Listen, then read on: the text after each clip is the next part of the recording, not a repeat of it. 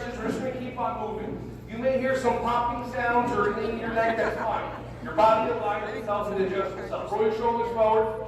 Roll your shoulders back. Arms back and forth. Hit as many people as you want. Well, if I say don't touch your friend next to you, or you want to do it like that, okay? Palms out. When you do palms out, you're stretching your chest muscles. When you do palms down, you're stretching your biceps. Why do I think it's important to stretch your biceps? Because some of you are picking up 15, 20-pound weights all day, called babies and kids. And you don't warm up your biceps, you're out of your mind, you're going to pull something. All right? And let's do scroll circles forward. Let's go for a swim. And go backwards. And one arm forward, one arm backward. Yeah, right. And then